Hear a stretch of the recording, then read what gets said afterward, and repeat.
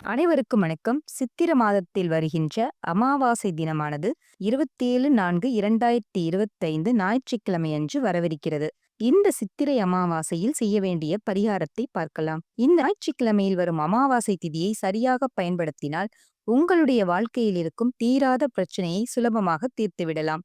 இந்த பரிகாரத்திற்கு நமக்கு தேவையான பொருள் ஒரே ஒரு பனை ஓலை. கிராமப்புறங்களில் இது சுலபமாக கிடைத்துவிடும். நீங்கள் நகர்ப்புறங்களில் இருந்தால் யாரிடமாவது சொல்லி இந்த பனை ஓலையை அமாவாசைக்குள் கொண்டு வந்து உங்களுடைய வீட்டில் வையுங்கள்.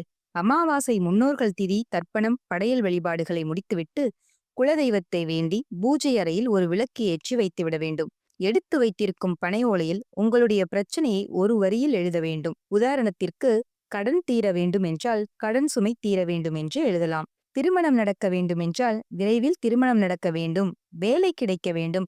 இப்படி உங்களுடைய வேண்டுதல் எதுவாக இருந்தாலும் அந்த பனை ஓலையில் எழுத வேண்டும். நீங்கள் எழுதியது அடுத்தவர்கள் கண்களுக்கு தெரியக்கூடாது. ஏதாவது மரக்குச்சி பயன்படுத்தி கூட அந்த பனை ஓலையில் உங்களுடைய வேண்டுதலை ஒரு வரியில் எழுதி பூஜை அறையில் வைக்கலாம். அமாவாசை அன்று பனை ஓலையில் வேண்டுதலை எழுதி பூஜை அறையில் வைக்க வேண்டும். அடுத்த 15 நாட்கள் அந்த ஓலை பூஜை அறையில் இருக்க வேண்டும். பௌர்ணமி திதி வரும் நாளில் அந்த பனை ஓலையை எடுத்து நிலைவாசலில் கட்ட வேண்டும். மீண்டும் 15 நாட்கள் அந்த பனை ஓலை உங்கள் வீட்டு நிலைவாசலில் இருக்க வேண்டும். மீண்டும் வரக்கூடிய அமாவாசை நாளில் இரவு 9 மணிக்கு மேல் அந்த பனை ஓலையை எடுத்து வீட்டிற்கு வெளியே நெருப்பில் கொளுத்திவிட வேண்டும்.